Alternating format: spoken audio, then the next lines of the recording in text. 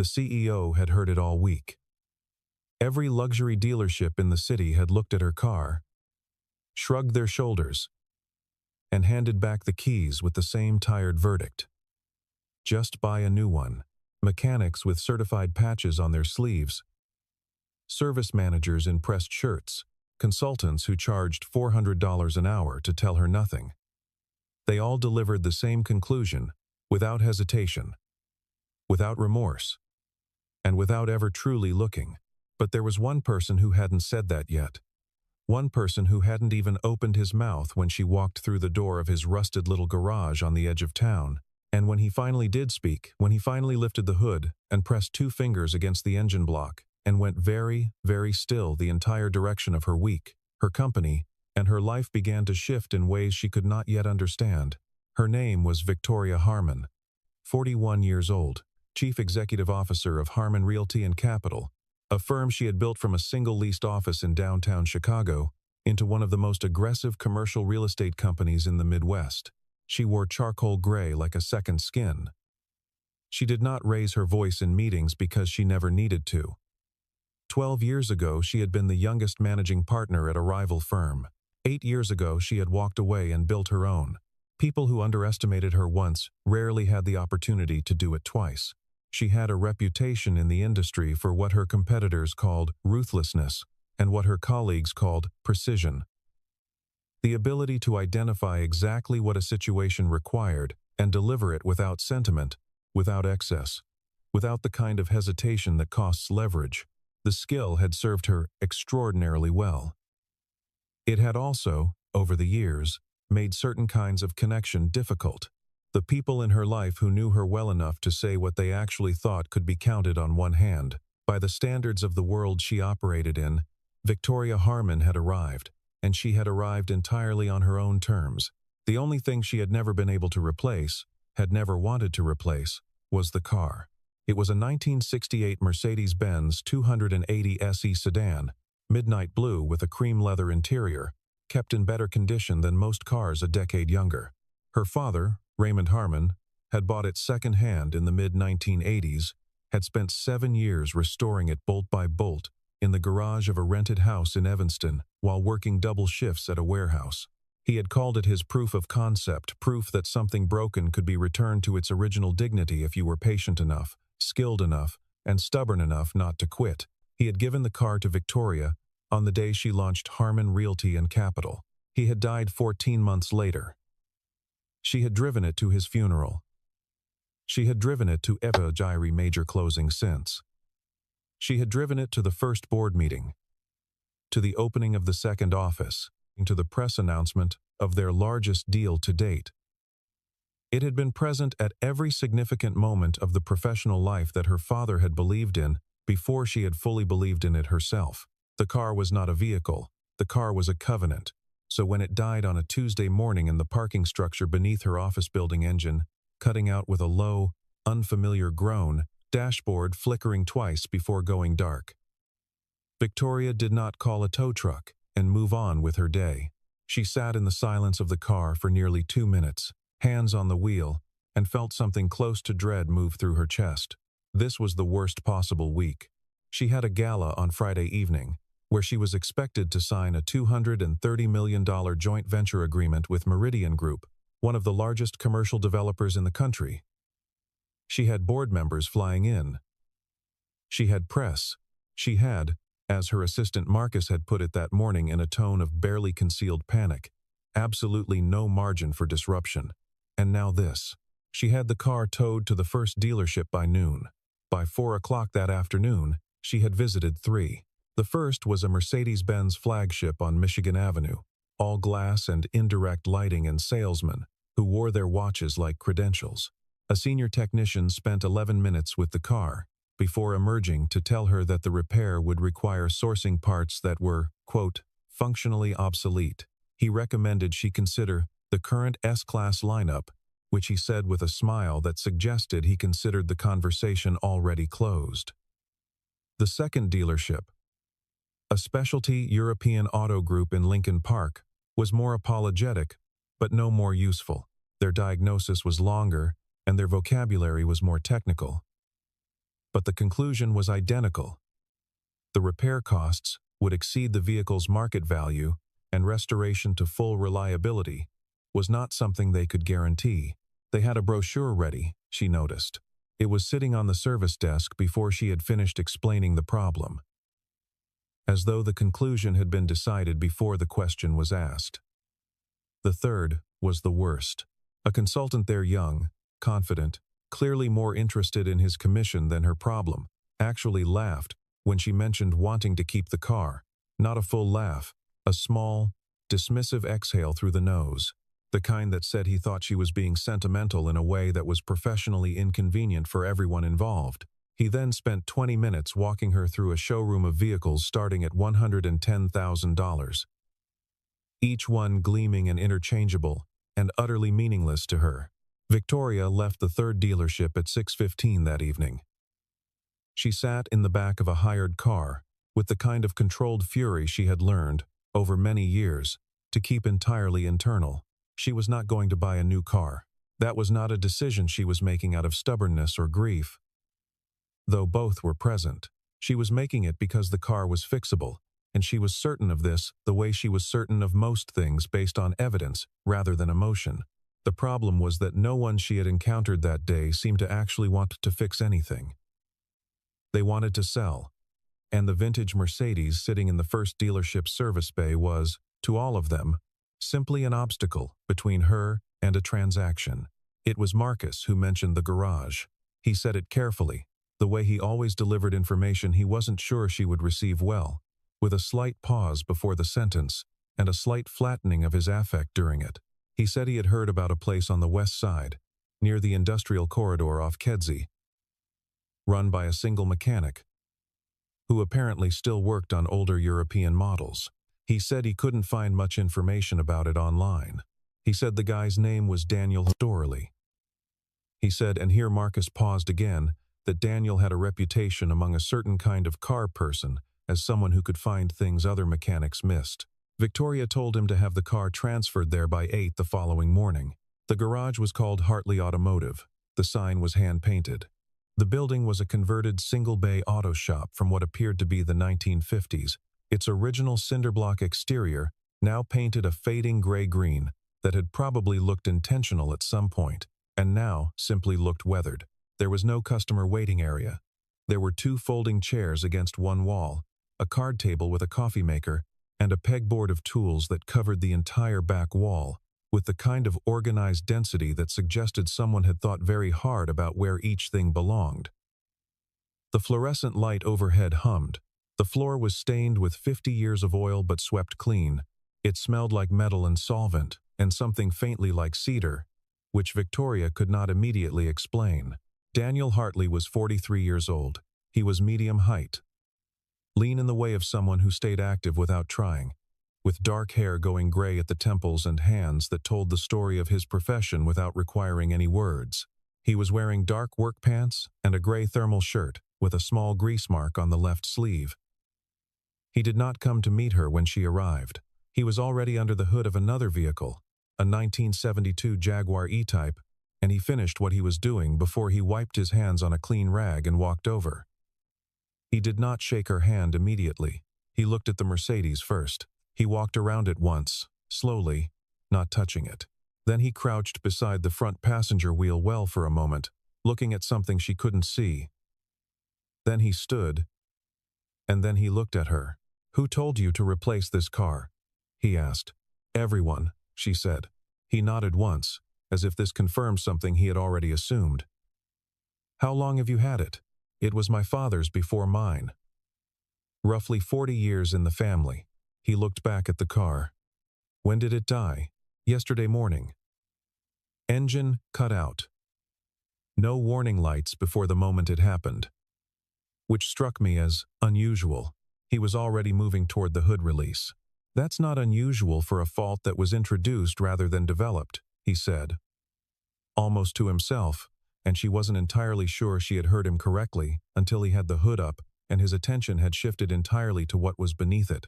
She almost left. That was the truth of it, and later she would think about that moment with a particular kind of gratitude. How close she had come to turning around, deciding this was too much, that the detour to a half-empty garage in an industrial neighborhood was a luxury she didn't have in a week this critical. The folding chairs, the humming light, the hand-painted sign, every instinct calibrated by years in the world of glass towers and tailored suits was telling her that nothing here could solve her problem. But she stayed, partly because the car was already inside, and she didn't have an immediate alternative, and partly because of the way he had said that word introduced. Like he was already thinking about something the other mechanics hadn't thought to think about at all. She watched him work for nearly 4 minutes in silence. He did not use a diagnostic computer first, which was the first thing every technician at the dealerships had reached for. Instead, he worked with his hands and, at one point, pressed his ear briefly to the edge of the engine block in a gesture so matter-of-fact it seemed almost old-fashioned. He traced wiring with his fingertips. He removed a panel she hadn't seen anyone else remove. He went still, then he went very still, and then he straightened up, turned to look at her, and said, "Come here. I need you to see this."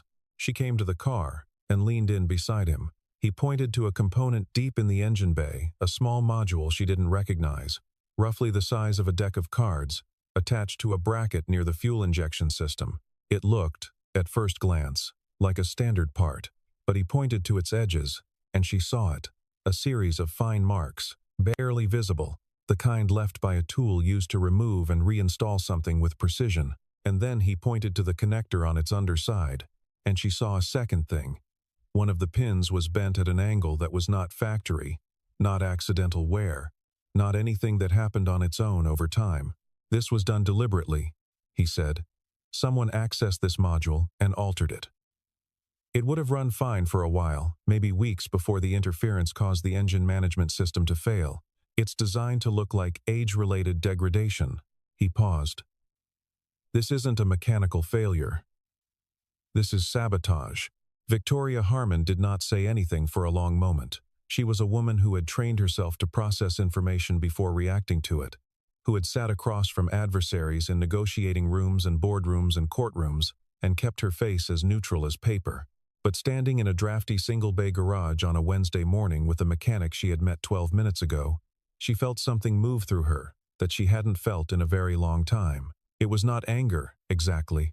It was the cold, specific sensation of understanding that the threat was closer than she had thought, that it was not external, not a market downturn, not a competitor's maneuver, not bad luck. Someone had put their hands on her father's car. Someone had planned this. "Who benefits if you fail this week?" Daniel asked. She looked up from the engine. He wasn't being dramatic. The question was practical, delivered with the same flat directness as everything else he had said. She thought about the answer. She thought about the Meridian deal. She thought about the board. She thought about the last 3 months, the proposal documents that had appeared in a competitor's pitch deck, the scheduling conflicts that had emerged around key meetings, the partner who had quietly taken 2 conversations off the calendar without explanation. She had cataloged these things. She had noted them. She had not yet connected them. "More than one person," she said finally. He nodded. "Then we should keep looking."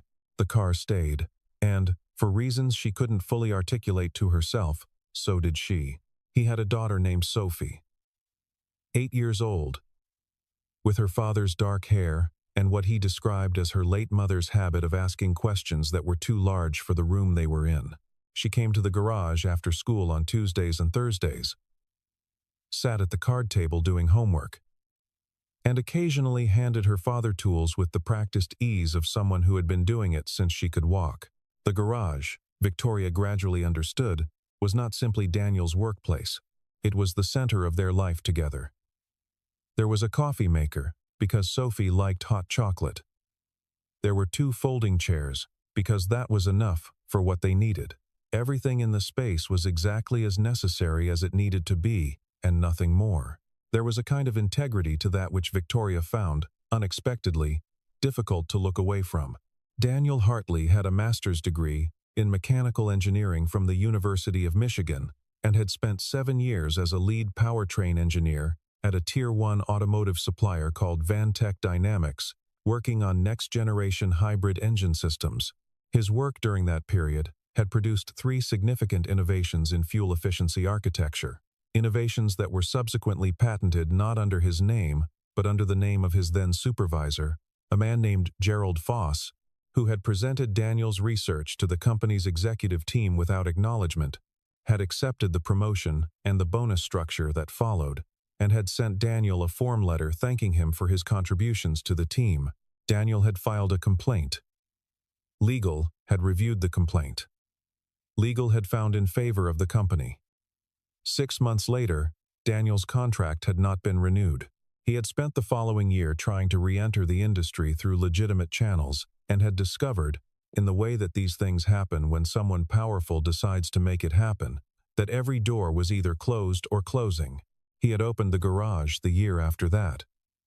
His wife, Renata, had been diagnosed 14 months later. She had died 16 months after that. Sophie had been 4 years old. Victoria didn't ask him any of this directly. It came out across the hours of that first night. She had intended to leave at 7, had been there at 11, was still there at 1 in the morning, because at some point the conversation had become the kind she didn't have very often, the kind where both people were saying things they actually meant. She sat in one of the folding chairs with a cup of coffee that was too strong and listened while Daniel worked, and the story came out in pieces, the way real stories do, not in order, not with narrative neatness, but in fragments attached to other subjects, dropped into silences and picked up again. She thought, more than once, about how rarely she found herself in a room where the other person was not performing something: authority, warmth, competence, ambition. Daniel Hartley was simply present. It was disarming in a way she hadn't been prepared for. "My father had a philosophy," she said at some point. He believed that the act of repair was a form of respect.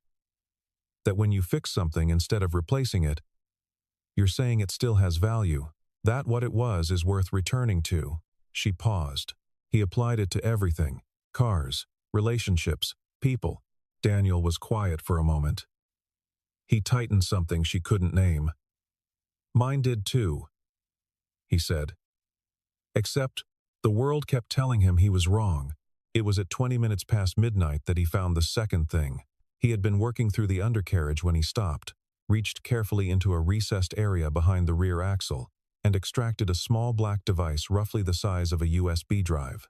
He held it up under the work light and looked at it with the particular stillness of someone recognizing something they hadn't expected to see. "This is a GPS tracker," he said, "but not a consumer product." He turned it over in his fingers. "This is commercial grade, the kind used by private investigation firms and, occasionally, corporate security departments." He set it on the workbench. "It's been removed and reattached. At least twice. Based on the wear on the adhesive." He looked at her. "Someone inside your organization has been accessing this car and reporting your location." The silence in the garage was total, except for the fluorescent hum. Victoria looked at the device. She thought about the parking structure beneath her building, where only senior staff had access. She thought about her personal assistant and her security team and the 3 board members who had standing invitations to building access. She thought about the partner who had canceled the meetings.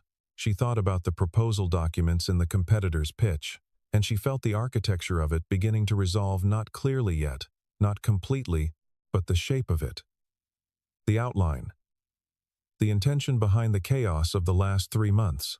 "I need to know who makes this model," she said. "I already know," Daniel said. "I've seen it before." He didn't elaborate immediately, and she understood by his expression that what he was about to say was going to cost him something to say. The company that uses this specific tracker as part of their standard corporate package is Foss Automotive Group. The name took a second to register. Then it did. "Foss," she said. "As in Gerald Foss." "As in Gerald Foss," he confirmed. The calls from dealerships had continued throughout the week, not from Hartley Automotive, but from the 3 she had visited on Tuesday, following up, offering incentives, suggesting she come back in for another look at the new inventory. One of them had dropped the price on a demo model. Another had offered to arrange financing at a rate she hadn't asked about. The persistence felt different to her now. It felt coordinated. In the same window of time, a senior partner at Harmon Realty, a man named Robert Caldwell, who had been with the company for 6 years and had recently been passed over for a promotion to the executive committee, had called 2 board members directly, outside the normal communication channels, with what he described as concerns about Victoria's readiness for the Meridian deal. The board had scheduled an informal review.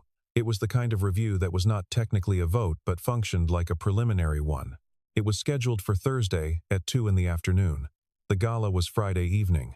Meanwhile, a rumor had begun to circulate through the specific channels where these kinds of rumors traveled fastest: the anonymous industry forums, the private message threads, the well-timed whisper at a golf lunch that Victoria Harmon had lost the thread of her company, that the Meridian deal was at risk, that Harmon Realty was entering a period of instability. The rumor was specific enough to sound credible and vague enough to be unfalsifiable. It was exactly the kind of thing that, if allowed to move unchecked for another 48 hours, would harden into received wisdom. "They're trying to manufacture a crisis," Victoria said. It was Thursday morning. She was standing in the garage again, coffee in hand, watching Daniel reassemble the engine bay with the careful precision of someone who took the integrity of the work as personally as the work itself. The car was part of it. Make me look distracted, overwhelmed, unable to handle operational details. Pair that with the board review and the deal disruption and the press whisper campaign, and it starts to look like a coherent picture. "It is a coherent picture," Daniel said without looking up. "It's been planned." He secured a bolt, set down the wrench. "The tracker means they've known your movements. The sabotage means they had access to the car, which means they had access to someone close to you." "Caldwell," she said. "I don't know that name," he said. "But the person who placed this device knew your parking access and your schedule. That's not someone peripheral." She was quiet for a moment. "I need evidence. Not inference. Evidence." He wiped his hands. "Then we get it. They took the car out that night for a test run, ostensibly to confirm the repair, practically to think. Daniel drove first, taking her through the routes and handling characteristics methodically, explaining what he had done and why, and she listened not just to the information but to the way he delivered it without performance, without the desire to impress, with the simple, clean authority of someone who understood what they were talking about at a molecular level. The engine ran. More than ran, it sounded the way her father had described it sounding in the early years, before decades of incomplete maintenance had layered a kind of reluctance into its voice. It ran the way it was supposed to run. She felt it in her chest. They were 3 miles from the garage, on a stretch of 2-lane road that ran parallel to the rail yard, when Daniel checked the rearview mirror and went quiet in a specific way. "We have company," he said. She looked. A black SUV, no front plates, running at a distance that suggested deliberate maintenance rather than coincidence. "How long?" she asked. "Since we left the garage." He didn't panic. He didn't accelerate immediately or do anything that would confirm their awareness to whoever was behind them. Instead, he made 2 ordinary turns, checking each time, and when the SUV replicated both, he said, "Okay," in a tone that was simply informational, and then he adjusted something on the center console, and the engine note deepened by a degree she could feel in the seat. "Your father kept the original performance configuration," he said. "I restored it. This car can move when it needs to." What followed was not a Hollywood chase. There were no jumps, no near misses, no screaming tires through crowded intersections. It was instead a demonstration of what a 60-year-old car, properly understood and properly returned to itself, could do in the hands of someone who knew it. A series of turns taken with geometric precision, a stretch of acceleration on a long, empty straightaway that pressed her back into the cream leather with a force that was both physical and something else, something she couldn't name but that felt like vindication. The SUV fell back. Then it fell further back. And then it was gone. She said nothing for a long moment after, watching the road ahead and feeling the engine settle back to its usual register, and what she felt was not relief exactly, but something older, The particular satisfaction of a thing performing exactly as it was built to perform, after everyone had said it couldn't. When they returned to the garage, the door had been forced. The lock was broken cleanly, professional work, not opportunistic. Inside, 2 filing cabinet drawers had been pulled open, and their contents spread across the floor. The laptop on the workbench had been moved. The desk had been searched. Daniel stood in the middle of the room and looked at the disorder with a stillness that she had come to recognize as his particular form of controlled feeling, the way he processed something that registered as significant without allowing it to become consuming. Then he looked at the far wall, at a spot near the pegboard where the paint was slightly scuffed, and she saw his expression change. "I know who sent them," he said. The mark on the wall was a partial boot print, low on the cinder block. The kind left when someone braces a foot against a wall to open a jammed cabinet. The tread pattern was distinctive, a high-end tactical boot with a specific lug pattern. Daniel had seen that pattern before. In Gerald Foss's building, on the private security team Foss Automotive Group employed, whose members wore matching operational footwear as part of their protocol. He had seen it the day he had gone to that building, years ago, to try to recover his work. The day they had escorted him out. The past was not a place Daniel Hartley spent much time. He had learned, in the years since Vantech and the patents and the contracts and Renata, that the past was a terrain you could either navigate or drown in, and he had chosen navigation, but there were facts about it that remained relevant. Gerald Foss had not simply stolen Daniel's research. He had built a corporate architecture around it. Vantech Dynamics had been acquired 3 years after Daniel's departure by Foss Automotive Group, a holding company Foss had established using the capital generated by the patents he had taken in Daniel's name. Foss Automotive had then expanded aggressively into dealership ownership, buying up independent service shops across the Midwest and consolidating them under a single network that specialized in, among other things, luxury and classic vehicle servicing. The network had 11 locations in Chicago alone. 3 of them were the dealerships Victoria had visited on Tuesday. All 3 had told her to buy a new car. The business model, as Daniel had pieced it together over years of quiet observation, was elegant in its cynicism. The dealerships did not simply sell cars. They managed a territory. Independent repair shops in their coverage area found their parts supply chains disrupted, their certifications challenged, their customer reviews mysteriously flagged on platforms they had no power to correct. Vehicles that came in for complex repairs received assessments that exaggerated the difficulty and cost of the work, steering owners toward replacement purchases. Warranty claims were processed through a network of preferred partners who returned portions of the settlement to the dealership. The older and rarer the vehicle, the more valuable the conversion. Convincing someone to abandon a fixable classic meant extracting not just one purchase, but an ongoing service relationship with a new vehicle that the network controlled from bumper to bumper. It was not illegal in any single transaction. Aggregated across thousands of customers over 5 years, it constituted systematic fraud on a scale that would take considerable documentation to establish. Victoria had been a target because of her influence, her visibility, and her upcoming deal. If the Meridian partnership succeeded, Harmon Realty would become the development anchor for 3 major urban renewal projects in districts where Foss Automotive had significant real estate holdings. A competing developer, one with connections to Foss, had been positioning for those contracts for 18 months. Caldwell, Victoria's own senior partner, had apparently been in contact with Foss's representatives for at least 6 weeks. The sabotage of the car had been, in this context, a pressure tactic.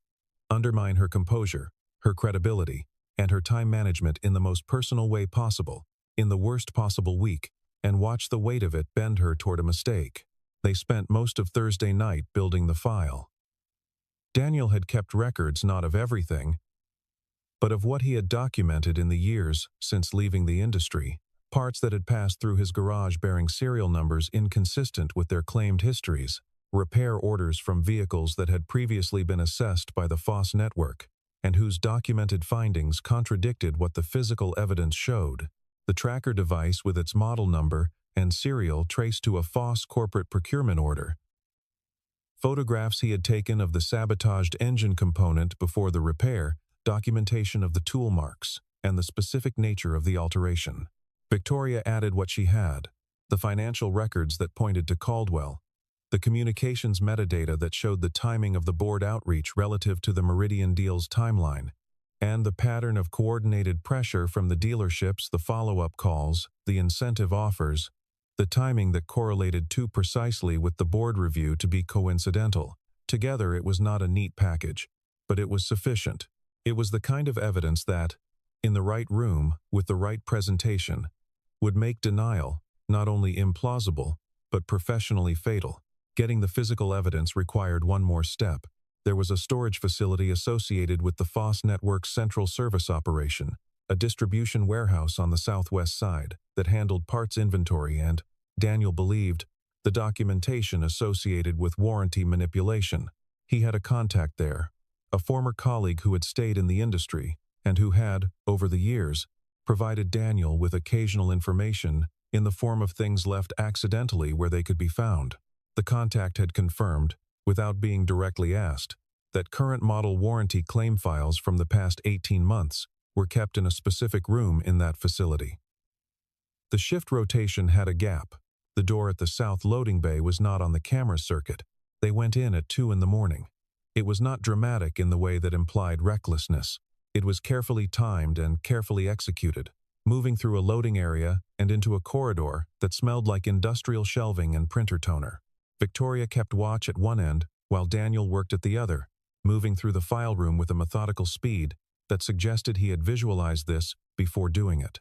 The cameras were positioned with blind spots that a person who had worked in this kind of facility would know to expect.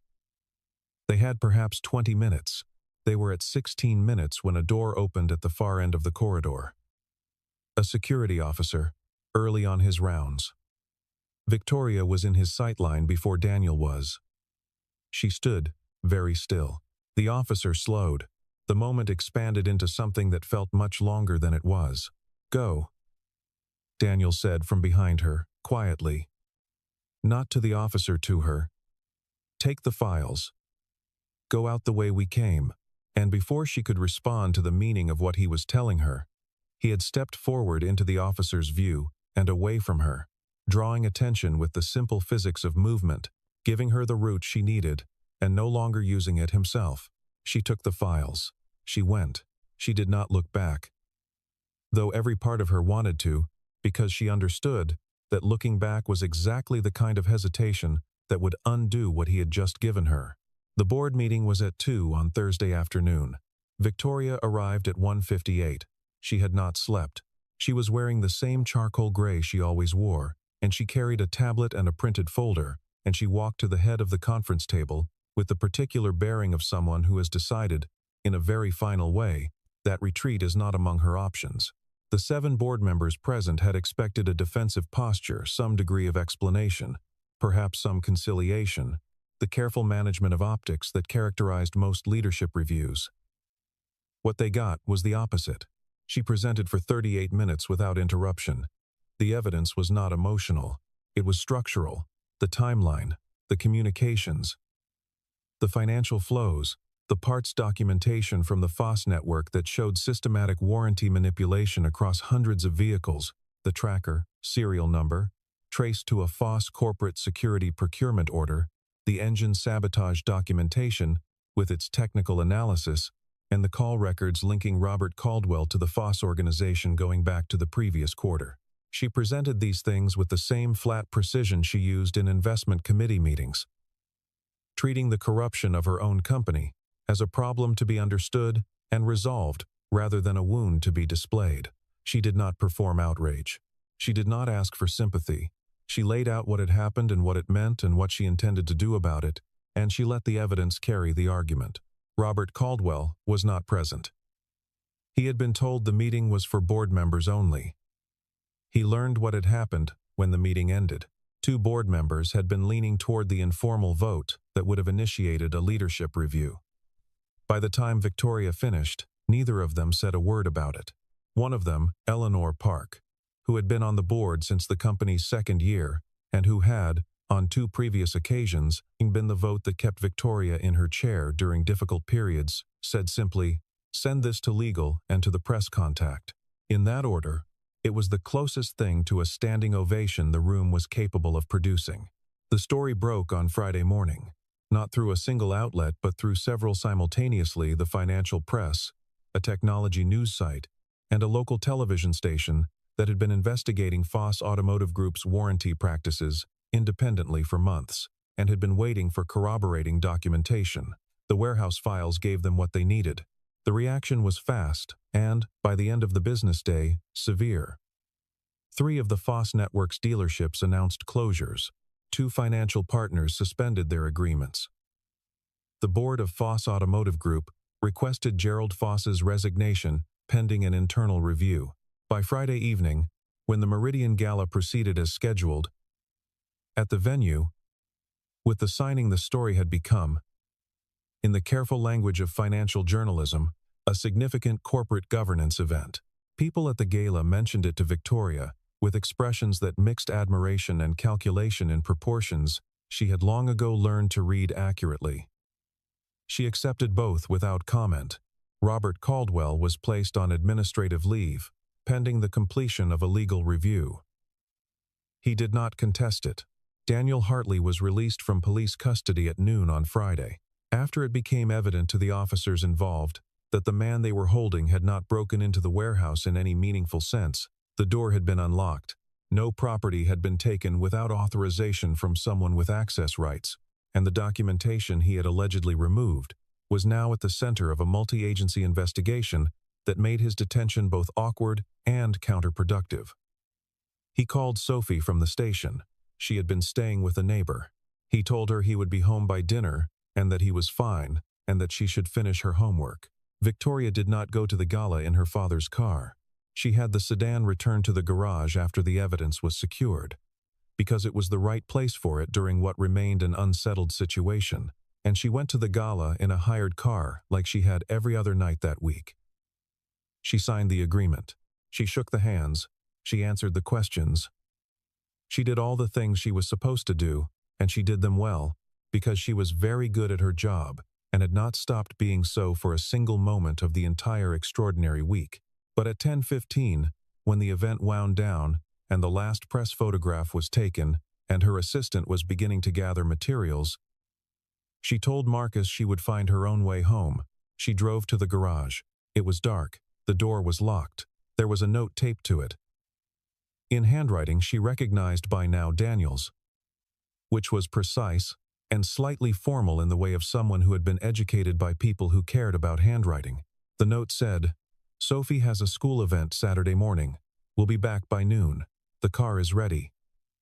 She stood in front of that note for a moment longer than was strictly necessary, and then she unlocked the side door with the spare key he had left beneath the note, and she sat in the car, in the dark garage, with no particular destination in mind, and allowed herself to feel, quietly and without witness, the full weight of the week she had just survived. She thought about her father.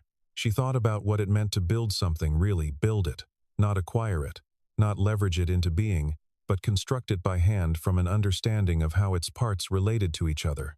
She thought about what he had said to her once, when she was a teenager, and had asked him why he spent so many hours in the garage when he could be doing other things. He had said, "Because most of the things that matter can be saved if you're willing to do the work of understanding them." She had been 17 and had found this answer insufficiently practical. She was 41 now and found it the most practical thing she had ever heard. She found Daniel 3 weeks later, not in Chicago, but in a small town in southern Wisconsin called Mineral Point, where he had relocated temporarily to fulfill a restoration commitment for a collector who owned a 1959 Alfa Romeo Giulietta that needed work he could only do properly with access to a larger lift. She drove the Mercedes. She drove it on the county roads because those were the roads it was built for, and because it was, as Daniel had returned it to being, an extraordinary machine when treated as one. Sophie was in the back seat, reading a book about migratory birds, which she had apparently developed an interest in during the 3 weeks since the events in Chicago, and which she discussed with considerable authority whenever the subject arose. Which was frequently. They had met briefly the previous week, in the garage, when Victoria had returned the coffee maker she had accidentally taken home, not accidentally, though she had said accidentally, and Sophie had looked at her with the evaluating gaze of an 8-year-old who has learned to take nothing on faith and had eventually decided, based on criteria Victoria didn't fully understand but respected, that she was acceptable company. The lift in the temporary workshop was occupied by the Giulietta when Victoria arrived. Daniel was underneath it and did not hear her come in. She waited until he rolled out from under the car, saw her, and did the thing he did when something surprised him, a brief stillness, like a system recalibrating before getting to his feet and wiping his hands on the rag he kept folded through his belt loop. She told him what she wanted. She had been thinking about it for 3 weeks, which for Victoria meant she had been planning it, running projections, consulting lawyers, identifying locations, and building the financial model before she had decided to say anything out loud. She wanted to establish a vehicle restoration center. Not a dealership. Not a corporate service center. Something different. A facility dedicated to the restoration of older vehicles, staffed by skilled independent mechanics, with an attached training program for young technicians who wanted to learn the work properly. The business model was not charity. She had run the numbers, and the market for quality vintage restoration was both real and underserved, particularly at the luxury end. But the point was not simply the margin. The point was the counterargument. The living, operational, economically viable counterargument to the Foss model. Proof that honesty could be made to pay. Daniel said no. He said it without hostility or drama, the same way he said most things. He said he had been in the world she was describing, or a version of it, and the cost of it was something he had already paid and had no interest in paying again. He said Sophie was doing well. He said the garage was enough. His refusal was not defensive. It was considered, delivered with the same weight he gave every decision, the quiet sureness of a man who had learned through significant pain to know exactly what he was and was not willing to risk. She looked at him for a moment. Then she said, "Then we build a different one." He was quiet. Outside, through the open workshop door, the Wisconsin afternoon was doing what Wisconsin afternoons did in early autumn light, coming in at an angle that made everything look like it was in the last few minutes of something, golden and specific and briefly perfect. Sophie had come to the doorway at some point and was leaning against the frame, eating an apple, watching them with the characteristic attention of someone for whom the world was a continuous source of data worth collecting. "Different how?" he said finally. "Different in every way that matters," she said. "No corporate structure above the floor. No performance metrics that contradict the actual work. No Gerald Fosses." She paused. "You design it. I fund it. We share everything except the decisions about what gets fixed and how. Those are yours." The silence ran long enough that Sophie finished her apple and tossed the core cleanly into a waste bin across the room. Daniel watched her do it. Then he looked back at Victoria. "You drive that car here?" he said. "Yes." "How did she run?" Victoria thought about it. About the county roads and the angle of the light and the way the engine had felt beneath her, returned itself again. Every part working in relation to every other part the way it was designed to. Nothing forced, nothing compensating for something broken elsewhere. "Like she was supposed to," she said. He nodded. And that was, for the moment, enough. The center opened 5 months later, in a converted warehouse space in a neighborhood on Chicago's west side that was 2 blocks from the original Hartley Automotive Garage. It was called simply Hartley and Harmon Restoration. The sign was not hand-painted, but it was close. Daniel had approved one version of the lettering and rejected 2 others on grounds he explained at length, in terms of legibility and proportion. And the final version was the kind of saw. The facility had 6 bays, a parts library, a documentation archive of restoration history going back 30 years compiled by Daniel over the course of a working life, and a training program for 6 apprentices per year, selected through a partnership with 3 community colleges and a vocational school on the South Side. In the first year, they turned away more work than they accepted. because Daniel would not expand faster than he could maintain the quality of the work. Victoria had agreed with this policy. It had surprised him slightly that she had. The garage on Kedzie was still open. Daniel kept it open 2 days a week, by appointment only. For the cases that came directly to him by word of mouth, the difficult ones, the old ones, the vehicles that everyone else had said couldn't be saved, he charged fairly, and he charged less when the customer needed him to, and he never told anyone to buy a new car when what they actually needed was someone willing to understand what they already had. Sophie came on Saturdays. She had developed, in the month since everything happened, a specific interest in electrical systems, which she studied with the same methodical attention she brought to migratory birds, and which Daniel encouraged without making too much of it, because that was how he had always encouraged things, by making space, not noise. Foss Automotive Group filed for bankruptcy protection 11 months after the disclosure. Gerald Foss resigned, then reversed the resignation under legal advice, then resigned again when it became clear that the legal advice had been optimistic. The warranty fraud settlement covered 212 former customers across 6 states. The dealerships in the Foss network that had told Victoria Harmon to buy a new car were among the first to be liquidated in the proceedings. The consultant who had laughed at her found work at a smaller dealership in a different city. He did not laugh at clients about their old cars again. At least, not in the first year. The 1968 Mercedes-Benz 280 SE sat in Bay, one of the Hartley and Harmon facility, occasionally, and at Victoria's invitation, when it needed anything. Mostly it didn't. Mostly it ran the way it had been designed to run, the way her father had first heard it run on a winter afternoon in a used lot in Evanston, and decided, against all practical advice, that it was worth the work of returning to itself. She drove it to the signing of the second Meridian project and to the launch of the training program's first cohort. And on Sunday mornings, when the lake road was clear and the light came in the right way, and there was no particular destination, only the drive, she drove it to the garage in Mineral Point once more, the following spring, to pick up Sophie for a school event that Daniel had a conflict attending, and Sophie had climbed into the back seat and looked at the interior with the considered approval of someone who understood, at a level she couldn't yet fully articulate, what the car represented. Victoria had watched her in the rearview mirror and had not said anything, because nothing needed to be said. Some things are worth the work of saving. Some people will tell you otherwise, will hand back your keys and smile, and point you toward something newer, shinier, easier to sell. They are not wrong that replacement is faster. They are wrong that it is better. The difference between those two positions is the difference between a system that extracts and a person who understands.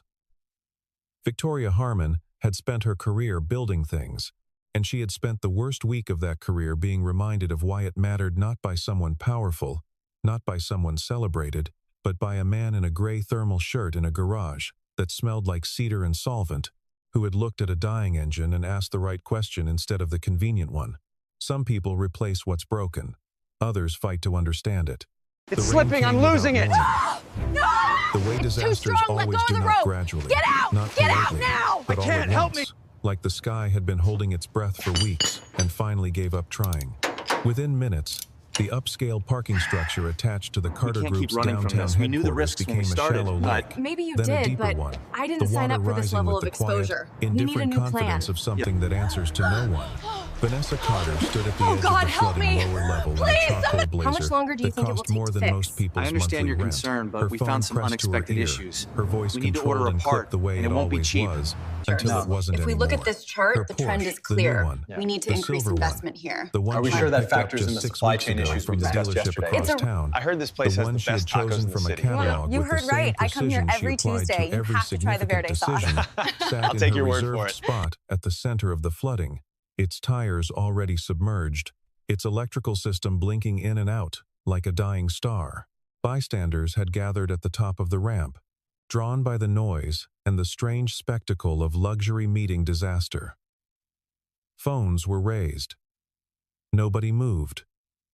Nobody called out anything useful. Nobody offered a hand.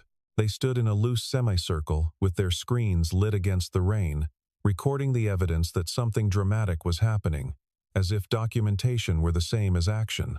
And then, from the far end of the flooded street outside, a sound cut through the hammering rain, a low, straining, utterly distinctive growl of an engine that had no business still being alive, a mechanical rumble that seemed to rise from somewhere deep in the ground, and rattled the windows of parked cars, and rattled something else, something inside the people who heard it, something they hadn't expected to feel in a parking garage on a Wednesday evening in the rain.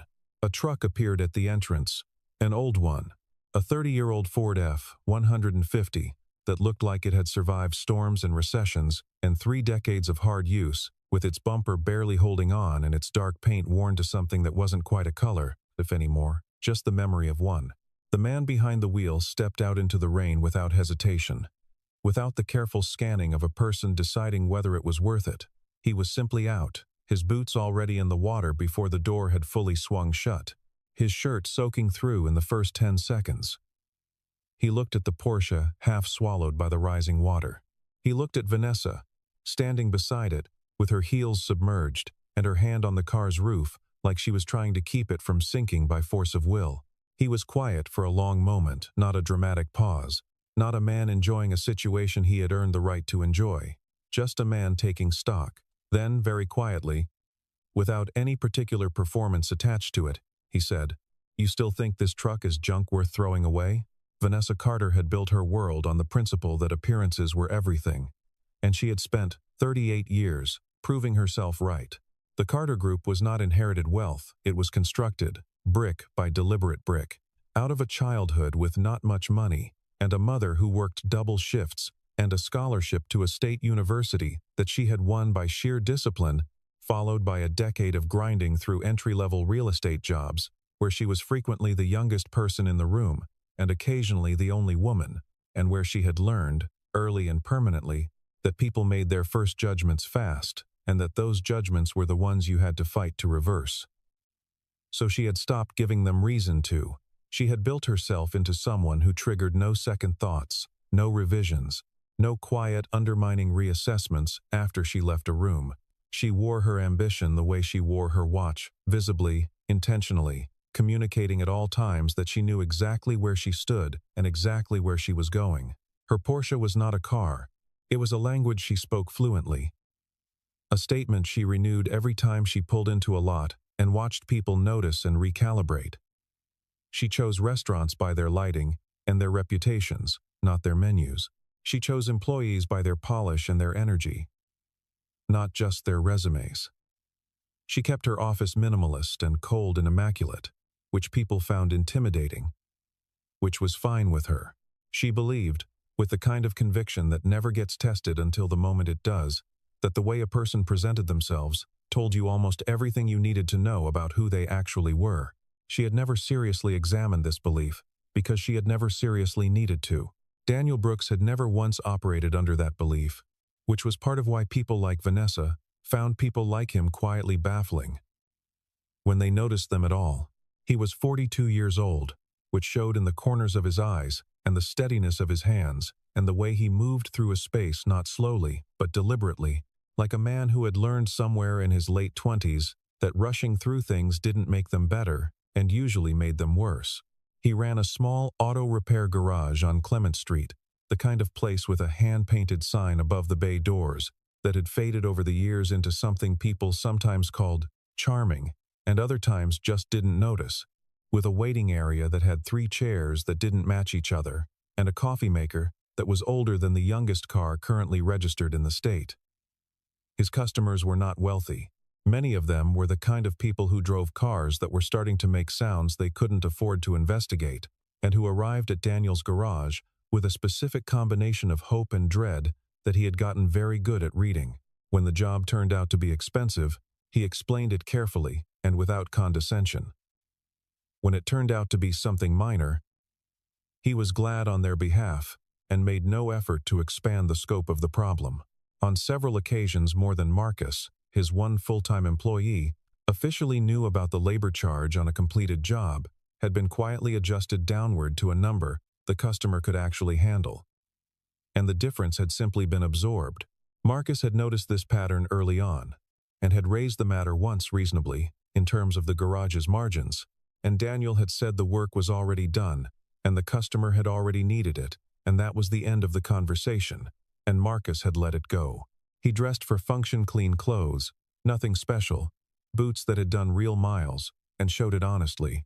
He drove the Ford F-150 that he and his wife Laura had bought together when they were both 29, yes, back when they were newly married, and scraping together money and deeply, specifically optimistic in the way of young couples who have made a commitment and can feel how large the future is on the other side of it. They had bought the truck because it was practical, and because it was built to last, and because they were, at that moment in their lives, planning a life that would also be practical and last. It had been a good truck from the beginning. Reliable in the particular way of things made before the era of planned obsolescence, and it had carried them through apartment moves and camping trips and hardware store runs and hospital parking lots, and all the ordinary logistics of a life being built together. Laura had been gone for 9 years. The truck was still here. Daniel kept it running himself, replacing every part that failed.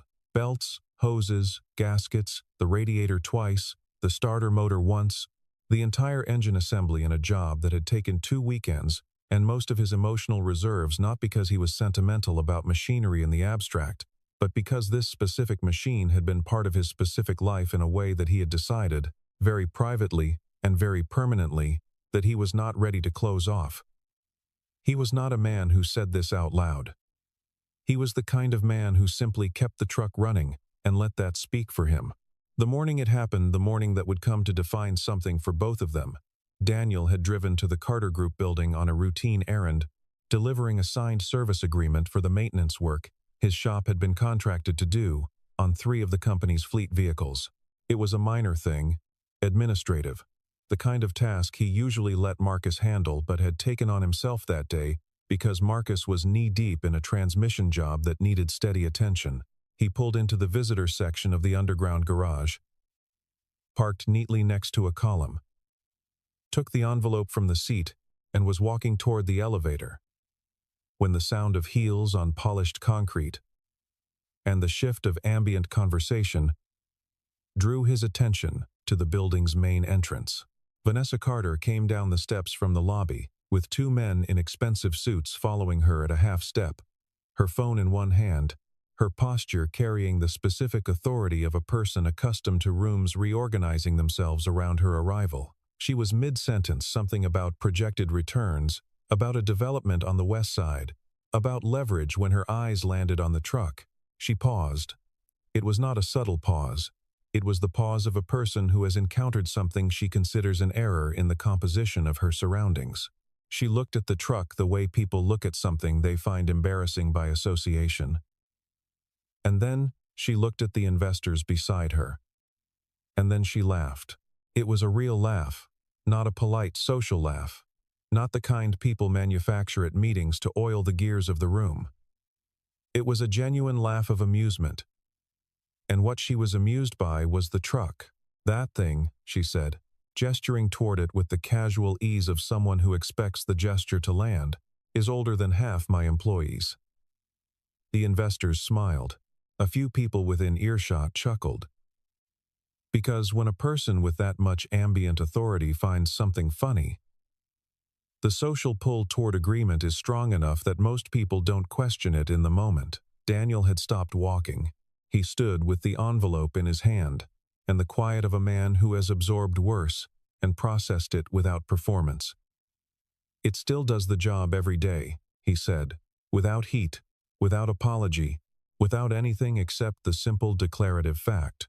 Vanessa tilted her head slightly, as if the response had surprised her by existing at all, as if she had not expected the truck's owner to be standing close enough to hear, or to respond if he did. I suppose that's one way to look at it, she said, and her tone had the particular quality of condescension that doesn't bother to hide itself. Another way is that a man who hasn't traded up in 30 years probably isn't doing as well as he'd like people to think. The investors said nothing. A few bystanders who had heard the exchange looked away. Daniel held her gaze for a moment, long enough to register. short enough not to become confrontation, and then he said, very simply, "Have a good morning," and walked to the elevator and pressed the button and did not look back. He drove back to Clement Street with the radio off. Marcus was under a Honda Civic on the creeper when Daniel came in, and he rolled out and read Daniel's face with the practiced accuracy of 11 years of friendship and said, "That bad?" Daniel set his keys on the counter and said it was fine, and it was nothing, and asked whether the Civic's CV boot had been the only issue. Marcus, who knew exactly when to let things go, said yes, just the boot, and rolled back under. The afternoon moved the way productive afternoons at the garage, moved the kind of day that has a shape and a rhythm and delivers you to the end of it with the reasonable feeling of having done something real.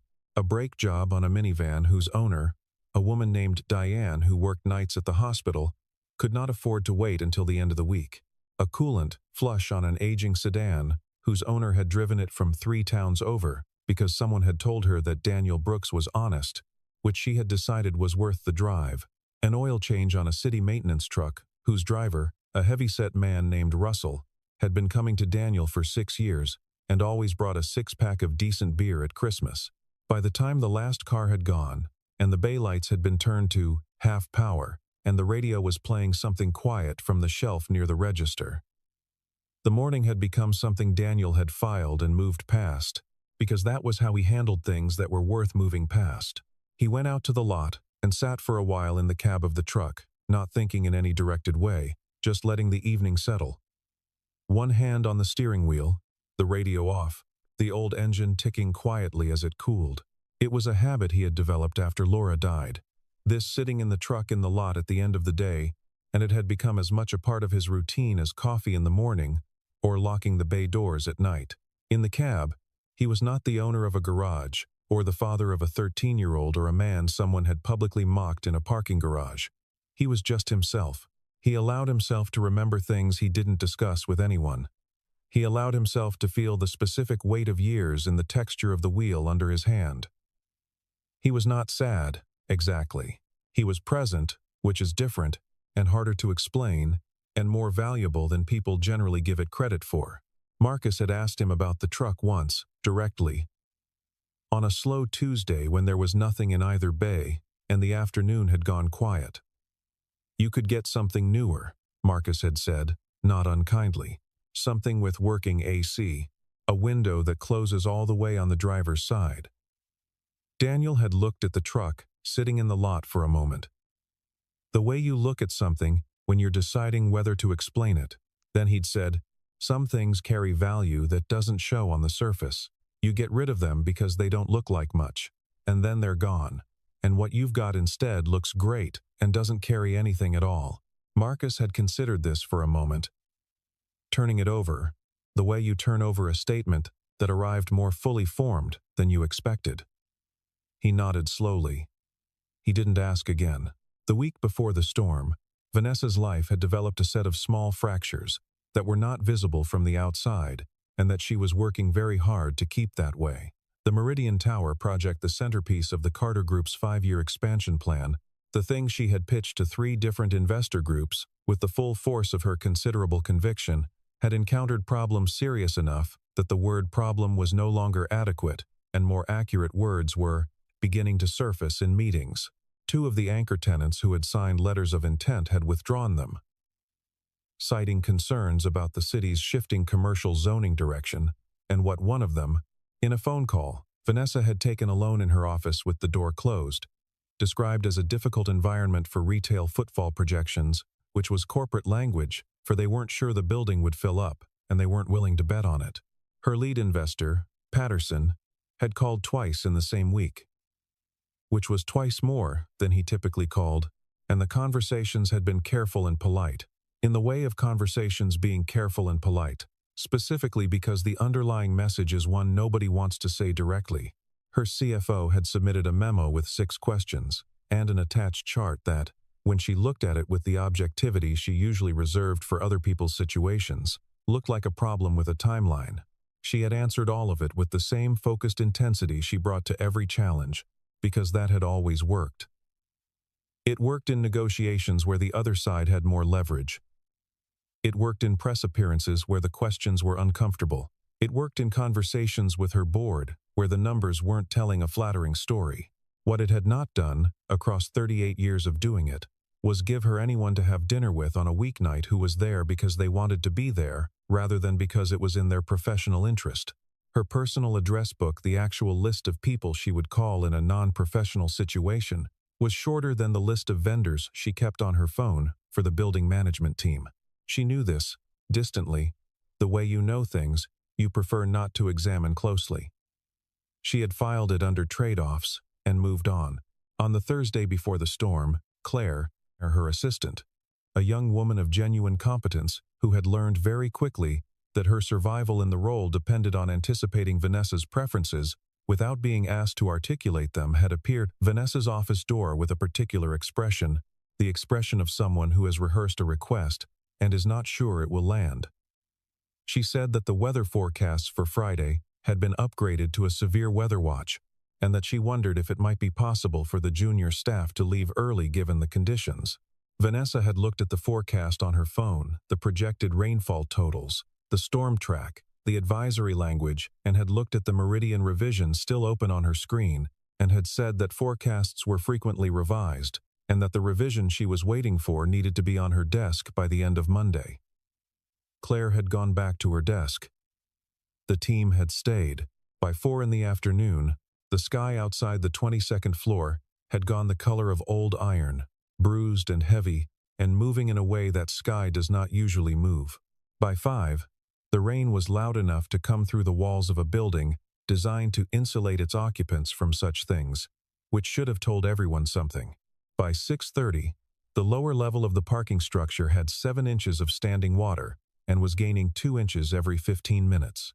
The drainage system, designed in an era when the city's rainfall records were 40 years more modest, had simply ceased to function in any meaningful way.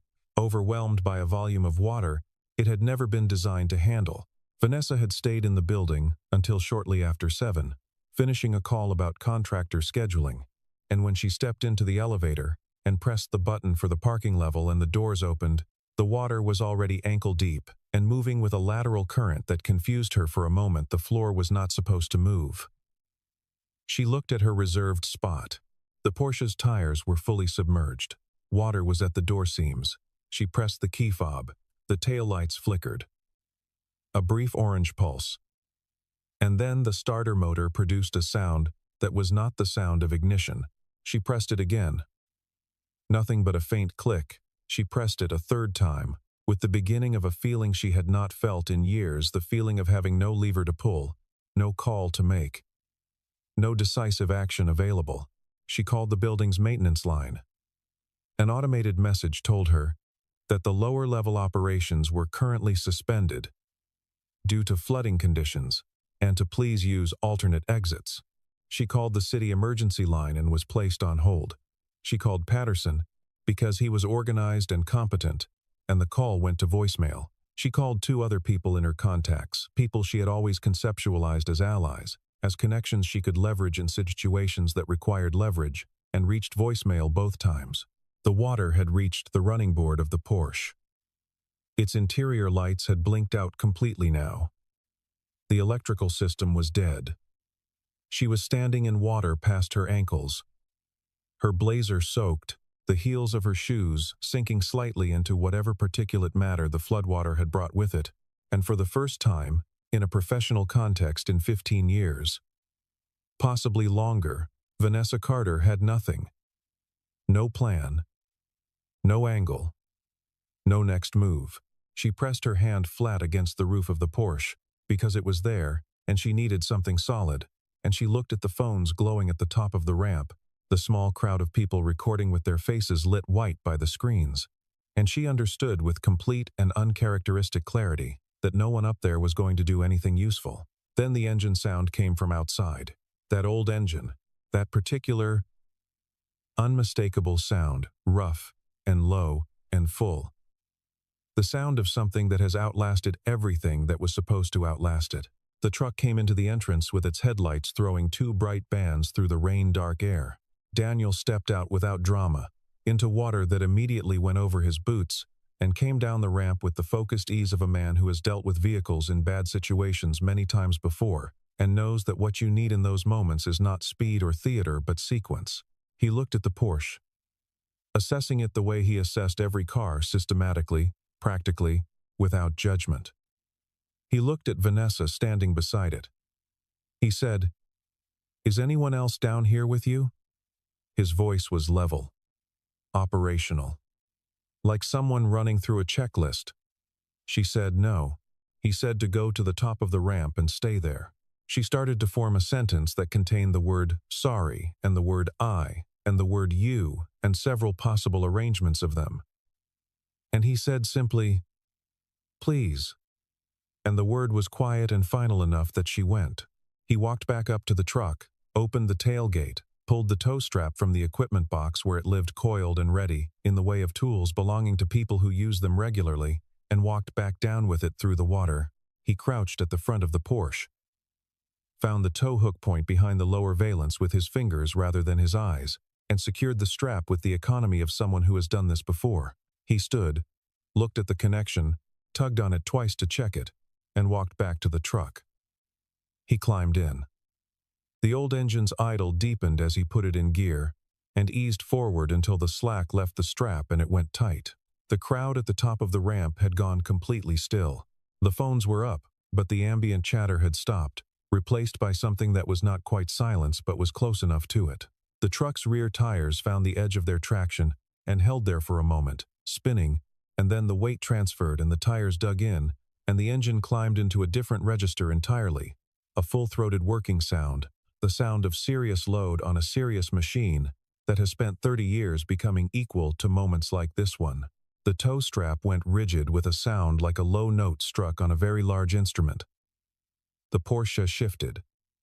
Its front end lifted fractionally as the force redistributed. It began to move.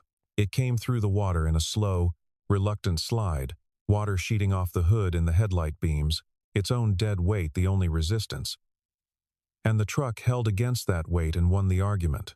The Porsche's front tires found the textured surface of the ramp and took hold, and after that it was simply a matter of continuing, which the truck did, pulling the silver car up through the water and onto the street above, with the unhurried certainty of it. The crowd erupted, not enormously, not in the way of sporting events, but in the surprised, involuntary way of people who have just watched something they didn't expect to be moved by move them. Somebody clapped. A few others followed. It was brief and genuine. Daniel climbed out of the truck, walked around to where Vanessa was standing, and looked at the Porsche on the street, at the water streaming from its undercarriage, at the evidence of what it had just come through and what had just brought it out.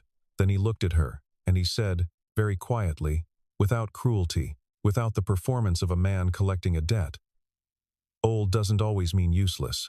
Vanessa Carter did not cry at work. She had not cried in a professional context in 15 years.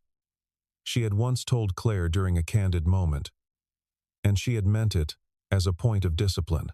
What she did, standing on that wet street with rain still falling, and her ruined shoes on wet pavement, and a 30-year-old truck idling behind the car she had just been pulled out of danger by, was press her lips together very hard for a long moment, and look at the ground, and breathe in a way that was controlled only by effort. The crowd had dispersed. It was just the two of them, and the vehicles, and the sound of rain declining toward drizzle. She looked up at him eventually, and she said, "Why did you help me?" He was coiling the tow strap back into its place in the truck bed. He didn't stop what he was doing. "Because the car needed to come out," he said. She shook her head, not dismissively in the way of someone who knows the answer doesn't reach the question. "That's not what I mean." He finished coiling the strap and closed the tailgate and turned around to face her. The rain had softened enough that they could hear the street clearly now distant traffic, a radio somewhere, the particular sound of a city draining. He thought about it for a moment, not performing the thinking, but actually doing it, which she recognized as different from how most people in her life answered questions.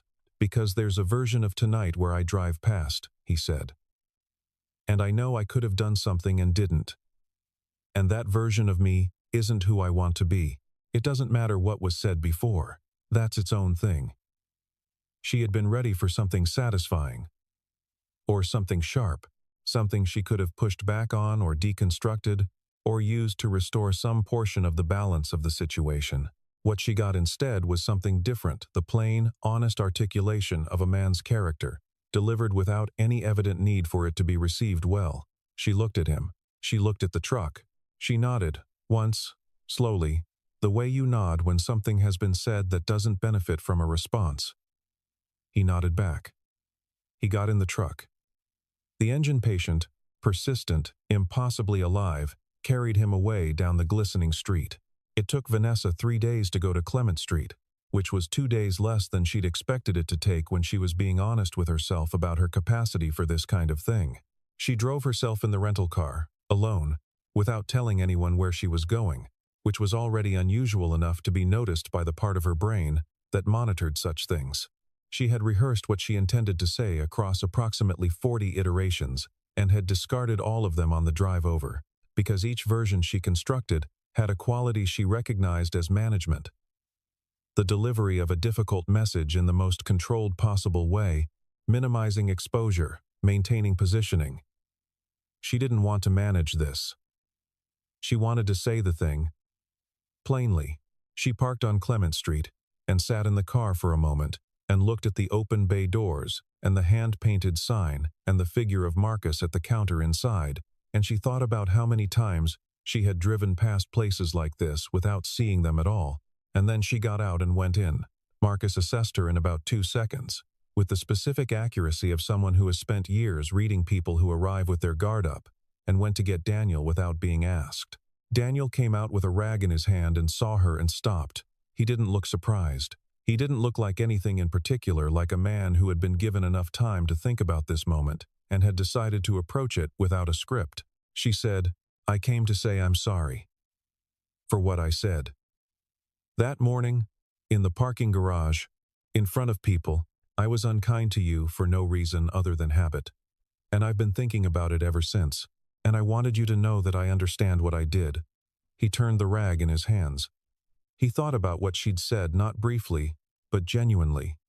He said, "I appreciate that." She shook her head slightly, recognizing that she wanted more from herself than having it accepted easily. "I mean it. I looked at you and that truck and made a decision about what you were worth before I knew anything about you. And then you were the only person who showed up." He studied her face the way he studied a difficult engine listening for something specific beneath the surface noise. He heard it. "Come in," he said. "Coffee's terrible, but it's hot." She looked at the ancient machine on the counter. She said, "I'll try it anyway." They sat in the mismatched chairs in the waiting area, and he told her about Laura. Not everything. Not all at once, but enough. He told her about the day they bought the truck, the two of them in the dealership with a cashier's check they had saved up over 2 years. The specific pride of purchasing something substantial together for the first time. He told her about driving it to the hospital when Mia was born, the back seat packed with the specific nervous optimism of people about to become parents.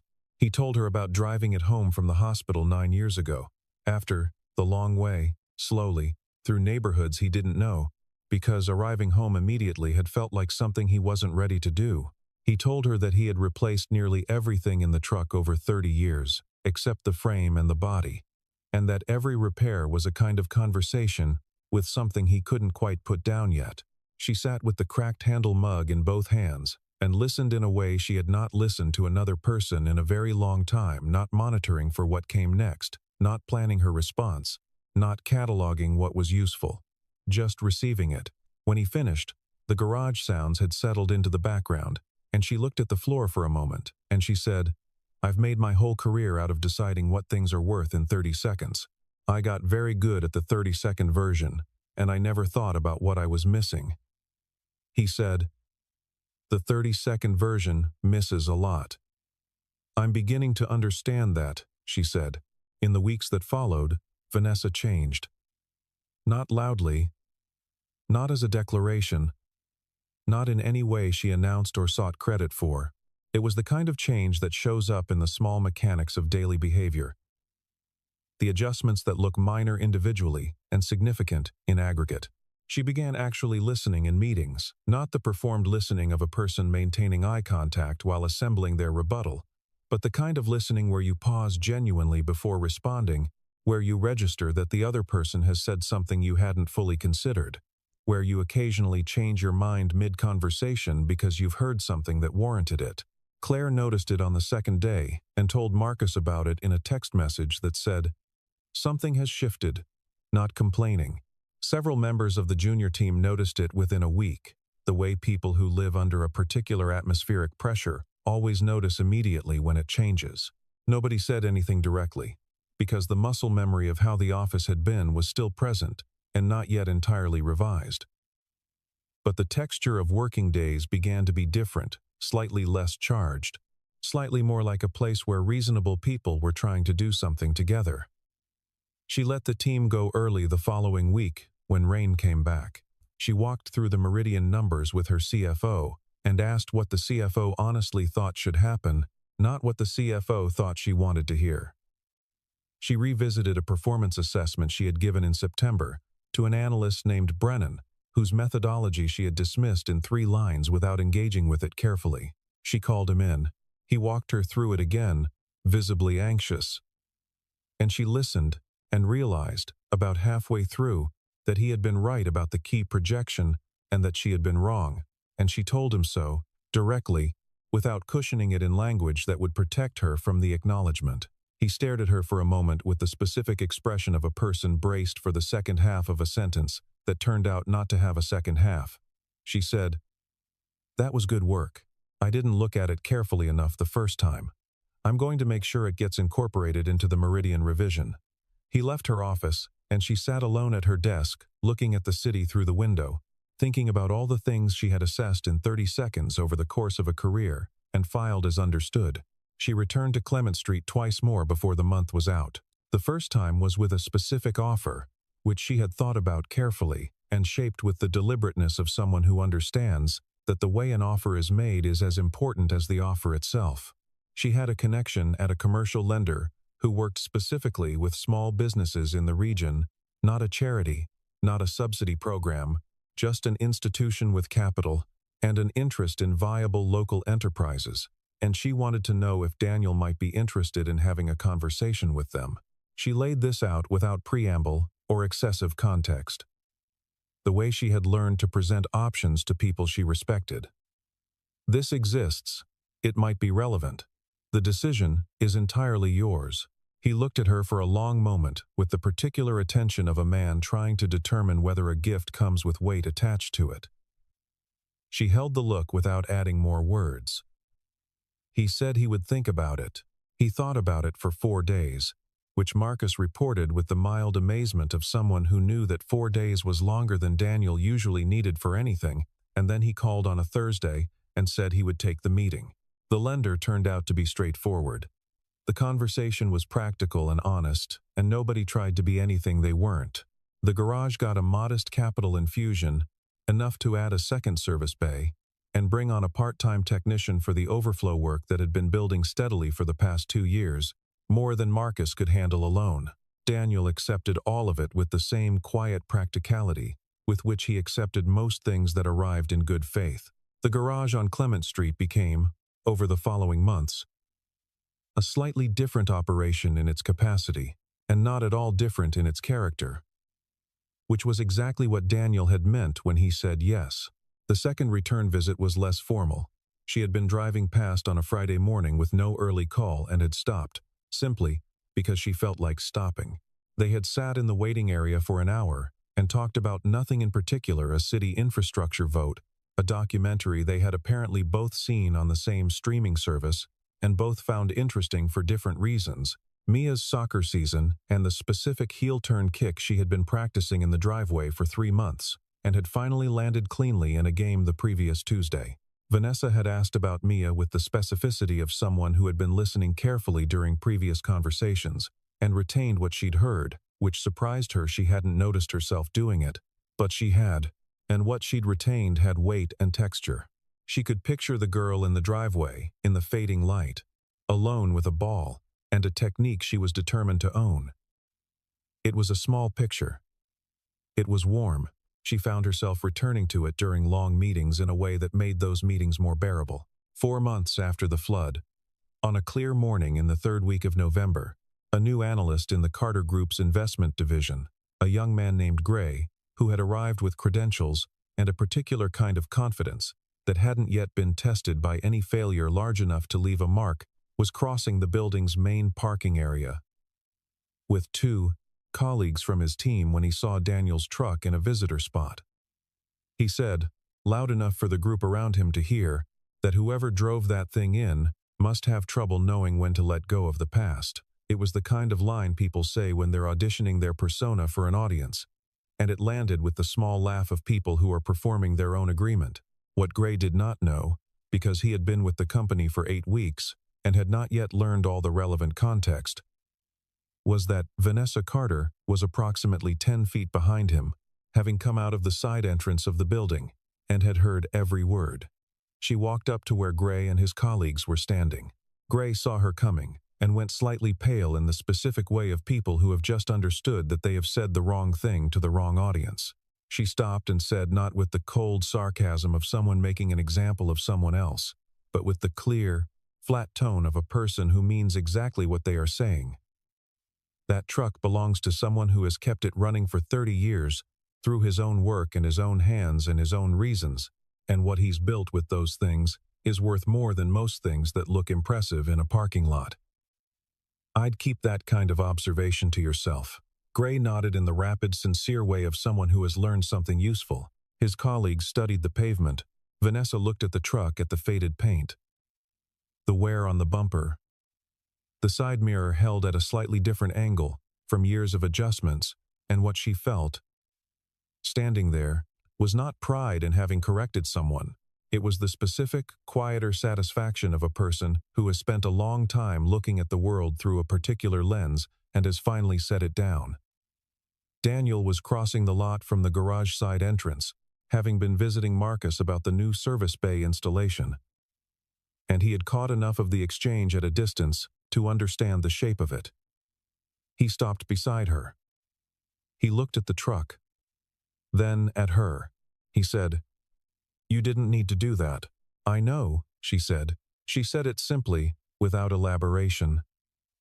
Because it was true, and it was enough, and because she was learning, slowly, that the things worth saying usually don't need to be longer than they are. The season turned. The city moved past the floods and forward into a cooler and drier winter, the way cities do, absorbing the evidence of disruption, carrying forward what needed to be carried, letting the rest become background. The Carter Group's Meridian project was restructured, scaled back from its most ambitious version to something more honest about the current market's appetite, and Vanessa had fought for the original shape of it until the fighting became counterproductive, and then she had stopped fighting and done something harder. She had listened to the people who knew why it needed to change, and she had let it change. Patterson had told her over lunch, with the measured surprise of someone who recalibrates his expectations slowly, that he had expected more resistance. She had said that she had recently been learning something about the difference between the appearance of value and the thing itself, and that the lesson was ongoing.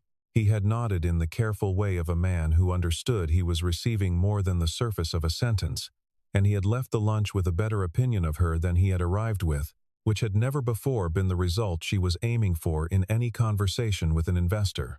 The garage on Clement Street was, by late winter, a different kind of busy than it had been before the second bay operational. A part-time technician named Joel, who had a gift for electrical systems, handling the overflow, Marcus more or less managing the floor without being asked to because Daniel had given him the latitude to do it, and he had turned out to have an aptitude for it. Walter still brought kolache on the first Saturday of each month, setting them on the counter without ceremony and departing with a nod. Mia came in after school on Tuesdays and Thursdays and did homework at the counter with her headphones on, which created a specific domestic quality in the waiting area that customers seemed to find settling, as if the presence of a teenager doing algebra was evidence that this was a place where ordinary life happened and could be trusted. The old truck sat in the lot each night with the same impassive presence it had always carried, its surface marked by everything it had been through and every year it had served, its engine ready for the morning, in the way of things that have been cared for by someone who understands that the work of maintenance is not a refusal to move forward, but a commitment to what is already proven, repeatedly, that it is worth keeping. On a morning in late February, clear and cold, the light falling at the low angle of winter sun that makes cities look temporarily honest, Vanessa parked the Porsche on Clement Street and came in for coffee the way she had started doing on occasional Fridays when her schedule allowed for it. The garage was already in motion when she arrived. Joel had a customer's van up on the lift. Marcus was at the counter with an invoice, and Mia was on the third chair with a bowl of cereal and what appeared to be a geometry textbook opened to a chapter she was approaching, with the specific, focused reluctance of someone who finds the subject unfair but is determined to manage it anyway. Mia looked up when Vanessa came in and said, "Hi," with the casual directness of a 13-year-old who has decided someone is acceptable company and doesn't feel the need to make a production of it. Vanessa said hi back and operated the coffee machine without assistance, which she considered a meaningful personal development since the first time she had confronted it. Daniel came in from the lot a few minutes later, bringing the cold with him, and they stood at the counter with their coffees and the ordinary sounds of a working morning around them, and they talked about nothing particularly significant, a road closure on 5th that had added 15 minutes to the morning commute, a book they had discovered they had both read at different points in their lives, and arrived at entirely different conclusions about the heel-turn kick, which Mia had now added to her regular game-time repertoire and which her coach had started calling on in corners. The conversation was not formal. It did not require management or strategy or any of the tools Vanessa had spent decades developing for navigating interactions with other people. It was just conversation, which is the thing that turns out to be hardest and most necessary. They were not, by any formal accounting, a story with a resolved ending. They were two people who had encountered each other under bad conditions and continued under better ones, and were still, in the way of all real things, in the middle of whatever they were becoming. But on that February morning, in that particular light, with the Porsche and the old truck both sitting outside on the street, under the same pale winter sky, the silver one and the faded one, the new and the 30-year-old, each carrying its own kind of worth, something felt correctly aligned. Not finished, not solved, just seen more clearly than it had been before. Which is, in the lives of actual people dealing with the actual complexity of each other. Usually both the best available outcome and the one most worth working toward. The measure of a person, when the water is rising and the crowd has their phones out and nobody is moving, is not the vehicle they arrived in. It is not the cost of their suit or the mark on their key fob or the floor number of their office. It is what they do in the moment when doing something is inconvenient, when doing nothing would be just as easy and carry far less personal exposure, when the person who needs the help is someone who has given them no particular reason to provide it. It is whether they get out of the truck and go down the ramp. It is whether they bring the strap, and it is whether, in the quieter days that follow, the person who was helped is changed enough by having needed it to look more carefully, from then on, at everything they thought they had already measured.